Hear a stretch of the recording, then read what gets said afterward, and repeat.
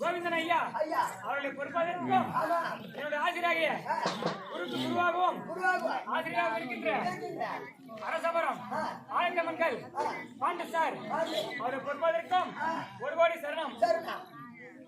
அது மட்டுமல்லாமல் இந்த நாடக மேடையை எங்களுக்கு சீரும் சிறப்புமாக கட்டி தந்த தானிப்படியுடைய ஒன்றிய கவுன்சிலர் அருள்குமார் அண்ணன் அவர்களுக்கும் அதற்கு உறுதுணையாக இருந்த ஊராட்சி மன்ற தலைவர் மாமா விஜயன் மேஸ்திரி அவர்களுக்கும் ஆலய தர்மகர்த்தா அண்ணாச்சலம் அவர்களுக்கும் முன்னாள் தலைவர் கிருஷ்ணன் பெரியப்பா அவர்களுக்கும் கலாமணி மேஸ்திரி அவர்களுக்கும் முன்னாள் ஊராட்சி மன்ற துணைத் தலைவர் அவர்களுக்கும் முன்னாள் ஊராட்சி மன்ற துணைத் தலைவர் அவர்களுக்கும் ஊராட்சி மன்ற உறுப்பினர் முன்னாள் உறுப்பினர் அவர்களுக்கும் எங்கள் நெஞ்சிலிருந்து உத்திரவண்டி நாடகக்குழு சார்பாக நன்றி தெரிவித்துக் கொள்கிறோம். அது மட்டுமல்லாமல் எங்களுக்கு 21 ஆண்டு காலம் இந்த ருத்ரவண்ணியம்மா நாடகத்தை நடத்த வேண்டும் என்று ஏஜென்ட்டுகளாக முன்னின்று நடந்து கொண்டிருக்கும் சிப்பாய் விட்டு சேகர் ஐயா அவர்களுக்கும் அரட்டாவுடைய சென்னர் அவர்களுக்கும் சேகர் பிள்ளை அவர்களுக்கும்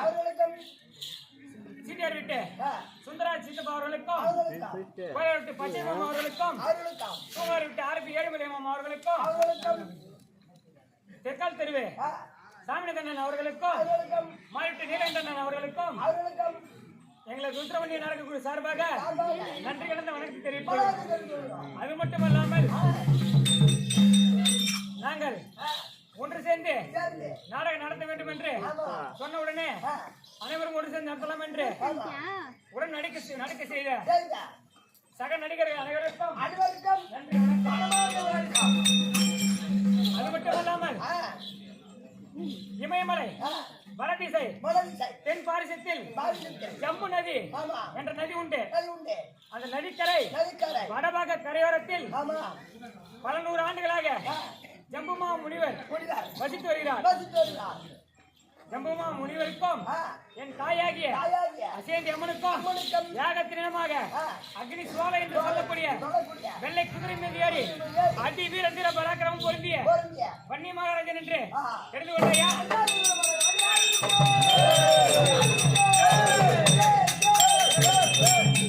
அதுவும் தவிர நான் வரும்போது நடின மாதர்கள் எல்லாம் என்ன செய்ய வேண்டும் தெரியுமா?